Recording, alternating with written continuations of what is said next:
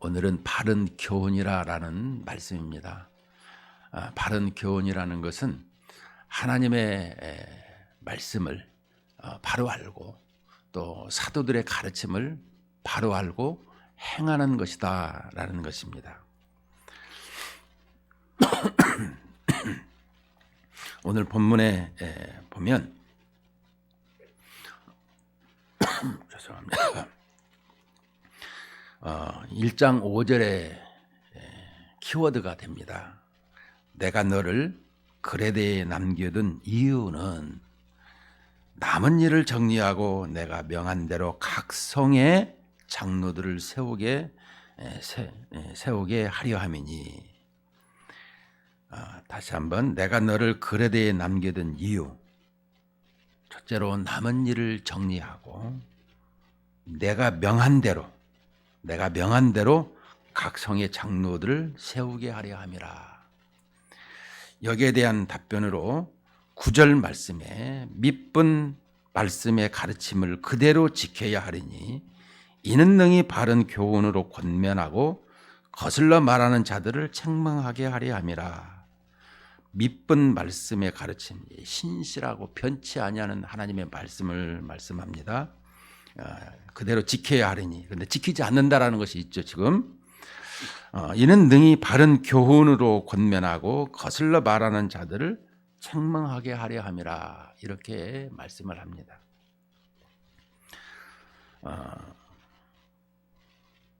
디도서는 바울이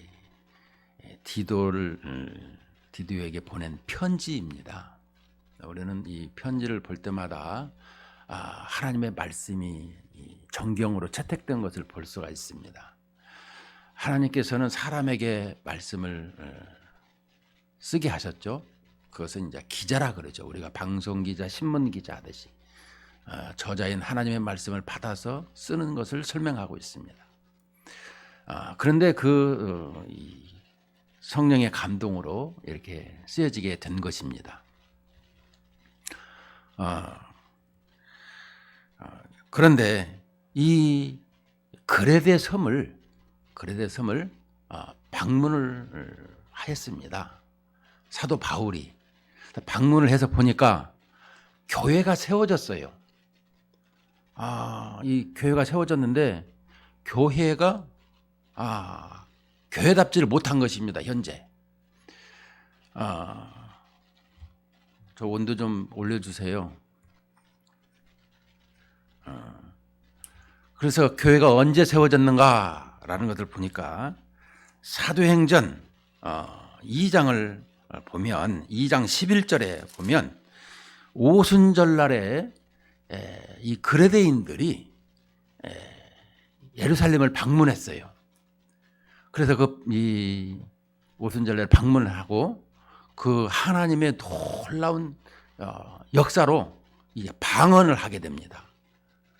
2장 11절에 보면 그레데인과 아라비아인들이라 우리가 다 우리의 각 언어로 하나님의 큰 일을 말함을 듣는도다 하고. 그러니까 이 그레데 사람들이 이 예루살렘을 방문해서 하나님의 오순절의 놀라운 그런 광경을 보게 된 것입니다.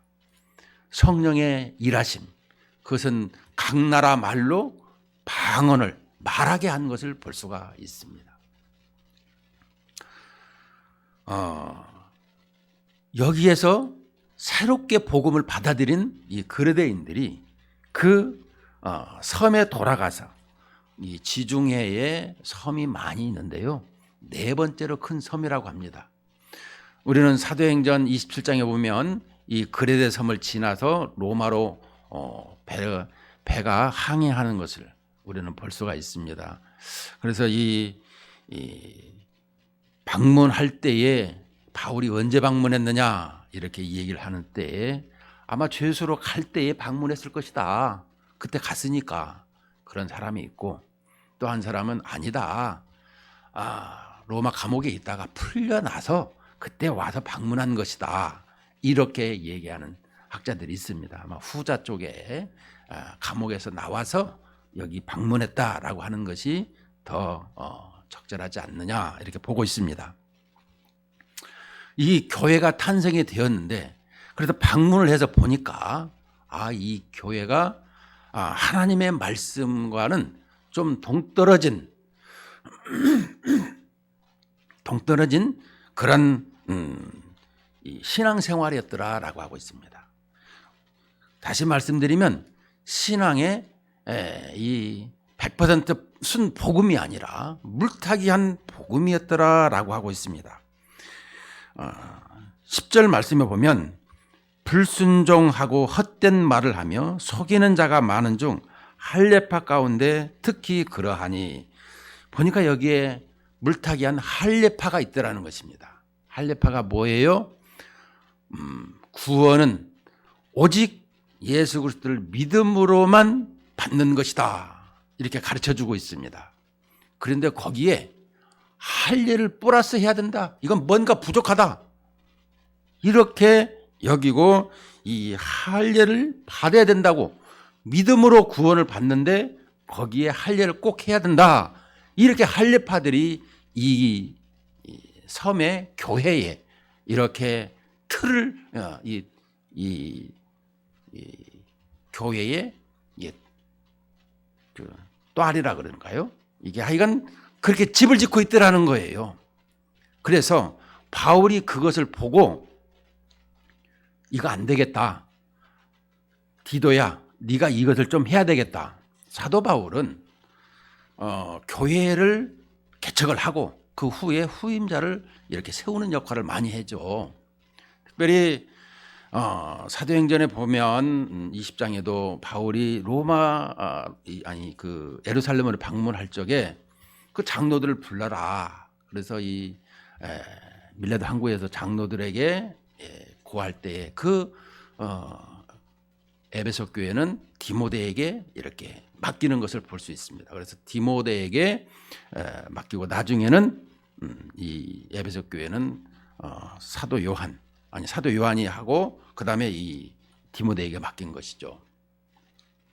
자, 문제는 우리에게 이 사도 바울이 고린도 교회를 디도에게 또 개척하고 맡기고, 다음에는 지금 이 디도에게 이 바울이 맡기는 것을 볼 수 있습니다.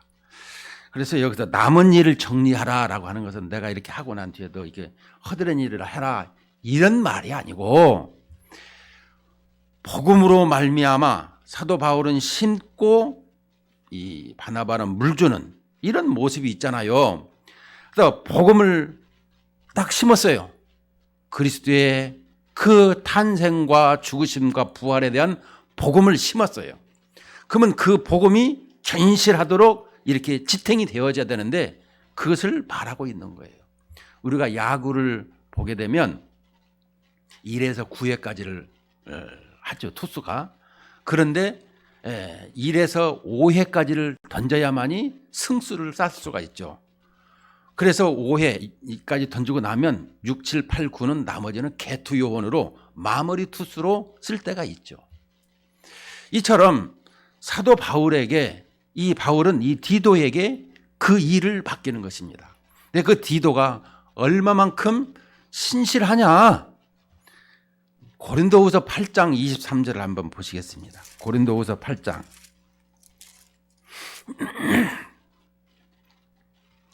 고린도후서 8장 23절 295쪽, 신약성경 295쪽에 있는데요. 디도에 대한 평가를 사도 바울은 이렇게 하고 있습니다. 디도로 말하면 나의 동료요, 너희를 위한 나의 동역자요, 우리 형제들로 말하면 여러 교회의 사자들이요, 그리스도의 영광이니라. 그리스도의 영광이라고까지 칭찬을 하고 있어요. 물론 이 고린도 교회 이 고린도서를 읽어보면 바울이 이 개척을 했지만 후에 디도를 여기다가 세워서 잘 이끌도록 하죠. 자, 그런데 이 디도가 이 남은 일을 정리하는데 이 물타기 한 것, 물타기 한 이 사람들을 어떻게 해야 할 것인가 보니까 내가 명한 대로 각 성의 장로들을 세우게 하려 하매니, 내가 명한 대로가 뭐예요? 그리스도의 온전한 복음과 사도의 가르침, 사도들이 배운 것을 설명하고 있습니다. 예수님으로부터 3년 동안 먹고 마시고 잠자면서 배운 그 사도들의 말씀을 그대로 이 장로들을 세워가지고 변화시켜라, 이런 말씀이에요. 그러니까 교회의 일꾼을 세우라는 얘기인 것입니다. 물론 이게 디모데 전서, 후서, 디도서는 목회서시입니다. 목회자들에게 설명을 해주고 있어요. 근데 여기서 장로라고 할 때에는 목사 장로를 말씀하기도 하고 치리 장로도 말씀하기도 하지만, 이 감독을 계속해서 그 7절에 보니까 목회자를 설명하고 있습니다. 그런데 이 장로들을 세워서 그들에게 바른 복음으로 말미암아 이 변화가 되도록 하라라는 것입니다. 그러니까 목사 장로도 세우고 이 치리 장로도 세우고, 치리 장로라고 해서 뭐 치리한다라는 그런 개념보다는 교인이 잘못되면 당회로 모인다는, 교인들의 대표와 교회의 대표인 목사가 모여서 그 사람을 치리할 수 있도록 이렇게 재판국을 열기 때문에 치리장로라 이렇게 얘기를 합니다. 교회에서 이 교회의 대표자는. 자, 그런데 이런 장로를 세워서 복음을 바르게 증거하는데, 이 장로가 어떤 사람이야 되느냐라고 하면 책망할 것이 없고 한 아내의 남편이고 방탕하다는 비난을 받거나 불순종한 일이 없는 믿는 자녀를 둔 자여야 된다. 자, 이 한 아내의 남편, 그러니까 이 아내를 많이 둔 모양입니다. 당시에 여기에. 그리고 이 아내를 많이 두면 어떻게 제대로 할 수가 있겠습니까? 제가 우리 면단위 동네에서 부인을 셋을 둔 사람을 봤어요. 면석인데 자기 부인도 있고 미용하는 부인도 있고 또 저기 시내에 또 한 사람도 있고 모르는 사람이 없어요. 참 바쁘게 사는 인생을 보았는데 그렇게 되면 안 된다라는 것을 저는 어렸을 때부터 봤어요. 이처럼 아내가 많으면은 이 집을 돌볼 수가 없기 때문에, 본인이 될 수가 없기 때문에, 그래서 한 아내의 남편이어야 된다. 또 방탕하다라는 것은 무절제한데 그렇게 하면 안 된다. 이 비난받고 불순종하는 것은 이 고의적으로 하는 것을 말씀하고 있습니다. 불순종하는, 고의적으로 안 하는 것을 설명하는데요. 이 없는 믿는 자녀를 둔 자라야 할지라 모든 것은 다 순수하게 믿고 따라야 된다라는 것입니다. 그리고 더러운 이득을 이렇게 탐하지 않고 또 구타하지 않고 술을 마시지 않고 분내지 않고 제 고집대로 하지 않는 이런 사람을 선택을 하라. 그래서 그 사람을 통해서 말씀을 양육해서 그 말씀을 가르치고 지키는데 본이 되어야된다 하는 거예요. 왜 본이 되어야 되느냐? 여기 보면 12절을 이렇게 말하고 있습니다. 그레데인 중에 어떤 선지자가 말하는데, 여기서 그레데인 중에 어떤 선지자라고 하는 것은 주전 6세기에 여기 있어요. 그 이름을 들었는데도 자꾸 내가 잊어버립니다.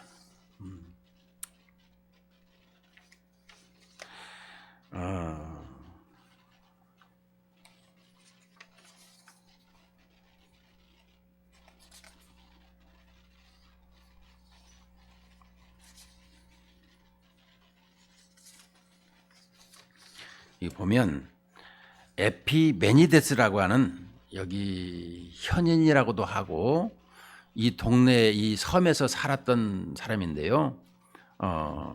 그 역사학자가 이렇게 말을 하고 있더라고 기록을 하고 있습니다. 뭐라고 하느냐? 에피메니데스가 이 기록한 말에 의하면, 물론 이제 사도 바울이 이게 기록한 것이지만, 그레데인들은 항상 거짓말쟁이라. 항상 거짓말쟁이래요. 여러분들 항상 거짓말쟁이가 아니기를 주의 이름으로 축원을 드립니다. 거짓말쟁이는 요한복음 8장 44절에 보면 사탄의 종자가 거짓말하는 거예요. 하나님의 말씀은 참이죠. 그런데 사탄은 자기 말이 하나도 없어요. 그러니까 거짓말로 다 제 것으로 만들어서 말하는 것을 말씀하죠. 이 거짓말쟁이요, 악한 짐승이라. 이 섬에는 악한 짐승이 없답니다. 그런데 얼마나 사람이 악하고 광포하면 악한 짐승이라고까지 말하겠습니까? 배만 위하는 게으름뱅이. 탐욕스러운 것을 배만 위한다라는 것이죠. 뱃속에 채우는 것을. 자, 이 그레데인들을 보니까 이 섬 사람들이 거짓말쟁이, 이 거짓말쟁이가 세계에서 가장 거짓말을 잘하는 나라는 어느 나라냐라고 하면은 확인된 거는 아니지만 이태리라고 해요. 이 거짓말을 참 잘한대요. 두 번째가 어느 나라냐 하니까 우리나라래요. 참 끼야 될 때를 끼야 되는데, 이처럼 한국도 거짓말을 참 잘한다, 이런 평가를 가져가고 있습니다. 그럼 정직한 나라는 어디냐라고 할 때 일본이라고 합니다. 전혀 그렇지가 않은데, 이건 작은 것에서는 그런 것 같아요. 어느 제가 그 신문과 방송에서 들은 것 같은데, 이게 $100짜리를 보냈더니 이름을 써가지고 봉투에다 $100 흘렸더니 돌아온 것을 가지고 기준을 삼았다라는 것을 좀 제가 들은 것 같습니다.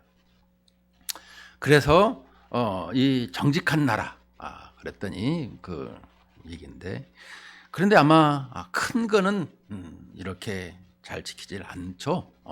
우리나라를 볼 적에도. 자, 그런데 이처럼 이 거짓말, 또 이 사람이 강팍한 이런 악한 짐승, 또 탐욕스런 이런 모습을 가지고 있는 이 섬 사람이더라. 전형적인 이 해안가에 제가 살아서 볼 때에 전형적으로 사람들이 이렇게 강팍합니다. 그런데 이 섬 사람들이 이렇더라는 거예요. 그럼 이 섬 사람들이 여기만 국한됐을까요? 온 세상이 이렇더라는 거예요. 여기서 말하는 것은 온 세상이 거짓말장이요, 악한 짐승이요, 탐욕스러운 배만 위하는 게으름뱅이더라, 이렇게 말하는 거예요. 그 사람들에게 변화를 주고 새롭게 해야 되려면 어떻게 해야 되느냐? 사람을 세워서 그 사람이 새롭게 변화되어야 된다, 이것을 가르쳐주고 있는 것입니다. 오늘 여기에 보면 이 할례당이 있다고 하는데, 이 할례파, 우리는 사도행전 15장에 보면 예루살렘 종교회의 때에 바울이 예루살렘을 방문하죠. 그런데 15장 1절에 보면 거기서 할례를 받아야 된다, 이렇게 말하고 있습니다. 어떤 사람들이 유대로부터 내려와서 형제들을 가르치되, 우리가 모세의 법대로 할례를 받지 아니하면 능히 구원을 받지 못하리라 하니, 이처럼 종교회의에 또 이 바리새인들이 이 부분을 할례를 받아야 된다라고 있습니다. 이 바리새인들은 구별하다라는 뜻을 가지고 있습니다. 이 바리새, 우리는 그냥 바리새인이라 이렇게 하는데, 이것은 무엇입니까? 당시에 종교 지도자들이 아주 타락하고 부패했어요. 우리는 이 사두개파라든가 또 많은 이 파들 있죠, 열심당원이라든가. 그런데 이 상층부로 올라가면 올라갈수록 이 사람들이 부패했다라는 것이죠. 이 부패했다라는 건 하나님의 말씀을 잘 안 지키더라는 것을 말하고 있는데, 그 안 지키게 된 이유가 뭐예요? 이익을 위해서, 자기 유익을 쫓아서 살기 때문에 그렇다는 것이죠. 그래서 바리새인들은 나는 이렇게는 안 살겠다, 우리가 좀 구별을 하자 해서 그들이 이 율법을 만들었는데, 이제는 그 율법이 이 사람들을 올감해 가지고 복음보다도 더 율법을 지켜야 되는 이런 아이러니한 상황이 오게 된 것이죠. 그때에 예수님께서 말씀하십니다. 복음이 너희를 자유케 하리라. 진리가 너희를 자유케 하리라. 요한복음 8장에서 말씀하시는데, 그들은 이 자유함을 갖는 것이 아니라 이 율법으로 얽매이는 이런 모습, 이것을 설명하고 있죠. 그래서 예수님께서는 그들에게 아주 이 혹독한 말씀을 우리가 한 것을 볼 수가 있습니다. 오직하면 예수님께서는 이 독사의 자식들아, 이렇게 말씀을 한 것을 볼 수가 있습니다. 진리를 알지니 진리가 너희를 자유케 하리라. 요한복음 8장 32절에 보면은 우리는 이 부분을 잘 기억하고 있어야 되는 것입니다. 그런데 이 할례파들이 계속해서 이 복음의 물타기를 할 때에 그들에게 성경은 뭐라고 하느냐? 마태복음 23장에서 보면 외식하는 자, 소경, 회칠한 무덤, 독사의 새끼들이라고 준엄하게 예수님께서는 이렇게 책망을 하셨어요. 이 할례를 받아야 구원받는다고 하는 사람들에게.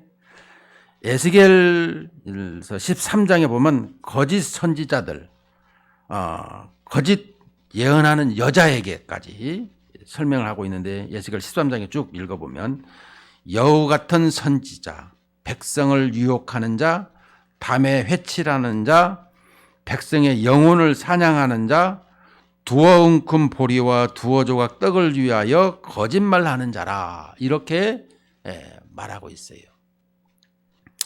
이처럼 그들이 이렇게 행하는 이유는 그러면 뭐냐? 우리는 이렇게 볼 수가 있습니다. 오늘 11절에 보면은 더러운 이득을 취하려고 이렇게 속이고 있더라라는 것입니다. 이 할례를 한다라는 하는 사람들을 보면은 다 이 더러운 이득을 한다라는 것이죠. 11절에 보면 그들의 입을 막을 것이라. 이런 자들이 더러운 이득을 취하려고 마땅하지 아니한 것을 가르쳐 가정들을 온통 무너뜨리는도다. 결국에는 이 이면에 보면 이렇게 거짓을 말하는 것을 볼 수가 있는데요. 이것이 다 더러운 이득을 가진다라는 것이에요. 미가서 3장 11절에 보면 그들의 우두머리들은 뇌물을 위하여 재판하며 그들의 제사장은 싹을 위하여 교훈하며 그들의 선지자는 돈을 위하여 점을 치면서도 여호와를 의뢰하여 이르기를 여호와께서 우리 중에 계시지 아니하냐, 재앙이 우리에게 임하지 아니하리라 하는도다. 그러니까 이게 거짓말로 자꾸 말하는 것입니다. 하나님께서 분명히 이것은 잘못되었다 하는데도 그렇지 않습니다. 하나님은 절대 벌을 내리지 않습니다. 무엇을 하든지 이 속이는, 이 기망하는 것을 볼 수가 있습니다. 그러면 성도들은 또 왜 속게 되는가? 왜 속게 될까요? 디모데후서 4장 3절 4절에 보면 자기들의 사욕 때문이다, 이렇게 설명하고 있습니다.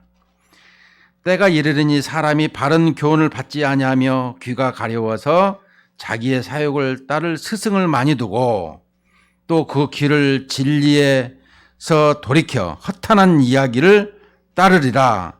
사람들이 자기를 사랑하며 돈을 사랑하며 자랑하며 교만하며 비방하며 부모를 거역하며 감사하지 아니하며 거룩하지 아니하며 그러므로 땅에 있는 지체를 죽이라. 곧 음란과 부정과 사욕에 악한 정욕과 탐심이니 탐심은 우상 숭배니라. 골로새서 3장 5절에 이렇게 말씀하고 있습니다. 결론적으로 자기 중심이 중심적인 그 신앙으로 인해서 자기 중심적인 것입니다. 이타적이 아니라 자기 중심적인 신앙이 이렇게 가지고 있어가지고 거짓 목자의 말에 귀가 솔깃해하는, 그래서 속는다라는 것입니다. 그러니까 예전에 우리가 이 구원파 사건이라든가 이단들이 득세하는 것을 보면 항상 이 뭔가는 부족해, 뭐가 좀 있어야 될 것 같아 해가지고 다른 데 얼굴을 끼웃끼웃 하다가 그 이단에 쏠락 넘어간다라. 우리는 너무나 많이 보고 있습니다. 나는 이 교회가 참 교회인데도 불구하고, 참 말씀을 증거하는데도 불구하고 너무 약해. 그래서 이단 쪽에 빠지는 사람들을 보면 다 그렇게 하나님의 말씀의 기둥에 뿌리가 깊이 박히지 않았다 그렇다라는 것이죠. 그래서 골로새에서 보면 뿌리를 깊이 박고 이렇게 가르치고 있어요. 하나님의 말씀에 우리가 뿌리를 깊이 내려야 되는 거예요. 제가 늘상 얘기하는 그것이 이 하나님의 창조 경륜에 대한 것. 오늘 이따가 이 카톡에다가 한번 올려주려고 합니다. 이 부분이 분명하게 서지 아니하면 우리의 신앙생활은 도대체가 힘들어지는 것은, 이단들은 꼬다리를 띄어가지고 조직적으로 맞춰가지고 그것을 싹 이 질문과 답을 설명하고 있는데 거기 안 넘어갈 사람은 하나도 없더라는 것입니다. 그래서 구속사적으로 항상 봐야 되는데 창조를 하게 된 이유와 그리고 결론적인 이 최종적으로 이 되어지는 결말은 무엇인가, 이것을 가지고 알고 있고 그 속에서 신앙생활은 어떻게 해나가야 되는 것인가, 이것이 되어져야 된다는 것이죠. 자, 저를 좀 보세요. 기도를 이따 마침 모셔야 되는데 기도를 너무 많이 하시는 것 같습니다. 그러면 결론적으로 보십시다. 이 그레데인들이 그레데인 이 섬의 교회가 이 온통 이 할례당으로 인해서 이 거짓 선지자들로 인해서 또 이 사람들이, 이 섬 사람들이 전부 다 이 거짓말쟁이요 또 악한 짐승이요 배만 위하는 이 동네에 변화를 주는 입장을 가져야 되겠는데, 그들이 결론적으로 뭐라고 하면 16절에 이렇게 말합니다. 그들이 하나님을 시인하나 행위로는 부인하니 가증한 자요 복종하지 아니하는 자요 모든 선한 일을 버리는 자니라. 이 선한 건 뭐예요? 하나님이에요. 모든 선한 일을 버리는 자니라. 그러니까 하나님을 시인을 하는데 행위로는 부인하더라. 이건 가증한 자라. 이렇게 말씀을 할 뿐만 아니라 복종하지 아니하는 자요 모든 선한 일을 버리는 자니라. 하나님께서 하나님은 선하신 분이에요. 우리는 이 부분을 항상 기억을 해야 되는 것입니다. 하나님을 시인하면서도 행위로 하지 않는 것. 그래서 주님이 말씀합니다. 주여, 내가 이렇게 하지 않았습니까? 내가 이것도 복음 증거도 하고 여러 가지 봉사도 했지 않았습니까? 예수님이 말씀하셨어요. 주여 주여 하는 자마다 다 천국에 들어가는 것이 아니라 하나님의 말씀대로 행하는 자라야 들어가는다. 이렇게 말씀했습니다. 자, 우리에게 볼 적에 이 행위로 부인하는 것, 여러분 행위 우리에게 부인하는 것은 열매가 있어야 되는 것입니다. 우리는 그럼 뭐 그냥 열매만 맺으면 되겠네. 열매는 저절로 맺히는데 그 저절로 맺게 할 수 있도록 하는 것은 하나님이시더라는 것입니다. 내가 맺고 싶다 해서 맺는 게 아니에요. 우리 신앙생활은 내가 하고 싶다 해서 하는 것이 아니라 하나님 이렇게 해주세요 할 때 하나님께서 나를 들어서 사용하시는 거예요. 우리 신앙이 이것을 알아야 돼요. 우리는 근데 그것을 잘 알지를 못하고 있는 것 같아요. 내가 하면 되지 뭐. 근데 그것도 하는 것도 그런 생각도 그런 행동도 그런 모든 것을 주시는 분은 성령, 내 안에 계신 성령께서 이끌고 계시더라. 이런 말씀이 되는 것입니다. 자, 결론적으로 하나님을 시인하나 행위로는 부인한다. 이런 말씀을 볼 적에 우리는 에베소서 4장 13절 지난 시간에 배웠어요. 우리가 하나님을 아는 데 있어서는 아는 것과 믿는 것 두 가지가 있는데 갭이 있어요. 그 중간에. 하나님을 아는 데 있어서 논리적으로는 내가 아는데 안 믿어져. 하나님의 아들이 우리를 구원하러 오신 구세주인 것은 믿어요. 근데 그 논리적으로 풀어나가면 안 믿어져. 이 지식적으로 얘기할 때 우리는 이걸 볼 때에 그 갭인데 여기에 대해서 하나가 돼야 된다. 이것을 가르쳐 주고 있습니다. 우리는 이 하나가 되기 위해서는 어떻게 해야 되느냐? 항상 이 반복의 학습을 해야 되는 거예요. 반복의 학습.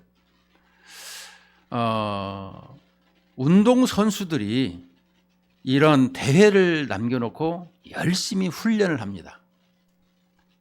그 훈련을 할 적에 근육이 생기고 힘이 생기고 무엇을 하든지 이렇게 충성하고 최선을 다할 수 있는 이런 모습을 가지게 되죠.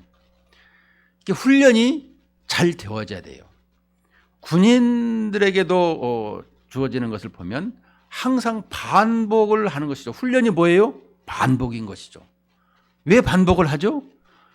언제든지 이 역할에 준비되어지고 그 일을 언제든지 마스터할 수 있도록 하는 것이죠.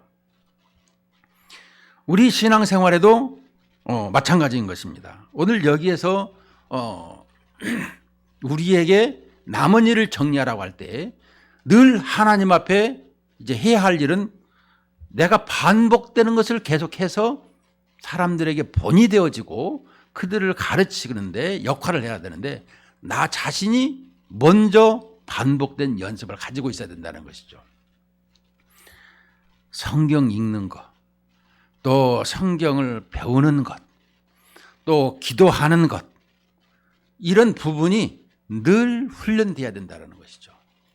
예를 들어서 새벽 기도를 나오라 그러면 하도 안 나온 사람은 새벽 기도가 얼마나 힘듭니까? 그런데 새벽 기도도 1년 하다, 5년 하다, 10년 하다, 20년 하다, 30년 이렇게 하다 보면 어느 순간에 새벽 4시 되면 눈이 떠져요. 저는 이 시골에서 농사에 그렇게 힘든데도 불구하고 새벽 4시 되면은 이 4시 반에 예배를 드려요. 왜냐하면 5시로 하면 이 농사 짓기 어렵다고 새벽 4시 반에 예배를 드리기 시작해요. 그럼 4시에 벌써 가자고 문을 두드리거나 이렇게 해요. 이런 걸 볼 적마다 도시는 뭐 5시 반에도 하고 6시에 다 하는 것을 볼 수 있는데 물론 시간을 맞추면 되죠. 일을 하기 위해서. 그것은 우리가 꼭 그렇게 한다는 규정이 그렇게든 교인들에 의해서 이렇게 하는 것입니다. 우리가 11시 예배를 드리는 것도 실은 원래 모든 공문은 9시에 하는 것처럼 9시에 드리는데 미국의 이 청교도들이 가서 이렇게 9시에 예배를 드리다 보니까 이 양떼, 이 젖소들이 그 시간에 젖을 짜야 되는데 못 짜니까 병이 생긴 거예요. 그래서 합의를 합니다. 우리 소젖을 다 짠 다음에 그때 예배를 드리자 해서 11시로 맞춘 거예요. 우리가 볼 때는 원래 9시에 예배를 드려야 돼. 그런데 그냥 이 합의하에 다 하는 것이죠. 모든 것은 그 교회에서 정하는 것입니다. 그래서 어떤 교회는 뭐 9시도, 10시도, 10시 반도, 또 11시 반도 이런 거 있는 것이 여기에 있는 거예요. 교회에서 이렇게 하는 것입니다. 문제는 우리에게 이렇게 훈련되고 반복되는 이런 생활 속에서 하나님 나라의 이 주역들이 본이 되어짐으로 그 교회를 변혁시키고 또 지역을 변혁시키는 이런 모습을 가져야 된다는 것입니다. 말로 변화되는 것이 아니라 내 삶을 사람으로 변화가 되더라라는 것입니다.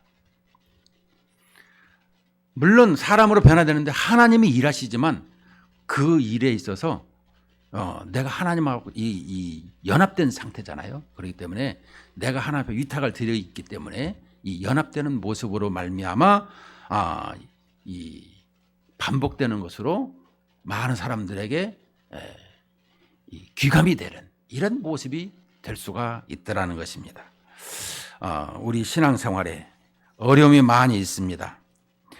그러나 이 일에 있어서 항상 이 바른 말씀, 바른 교훈으로 말미암아 우리는 내 삶이 언행일체가 되어야 된다는 것입니다.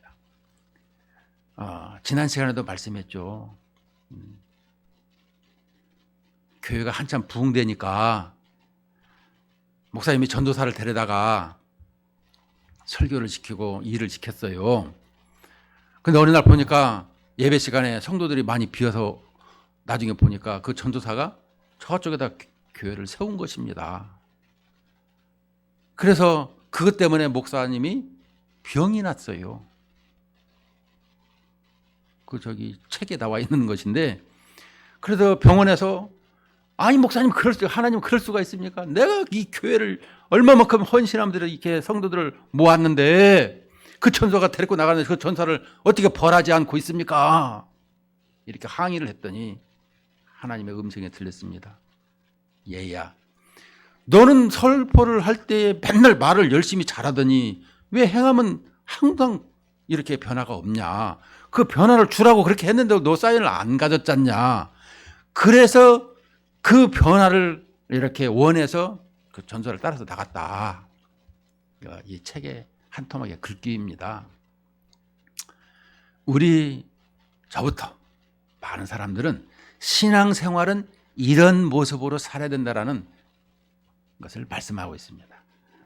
우리 신앙생활에 항상 이렇게 실천적으로 본이되어져서 빛과 소금의 역할이요 하나님의 영광을 나타내는 이런 신앙인들이 되시기를 주의 이름으로 축원을 드립니다.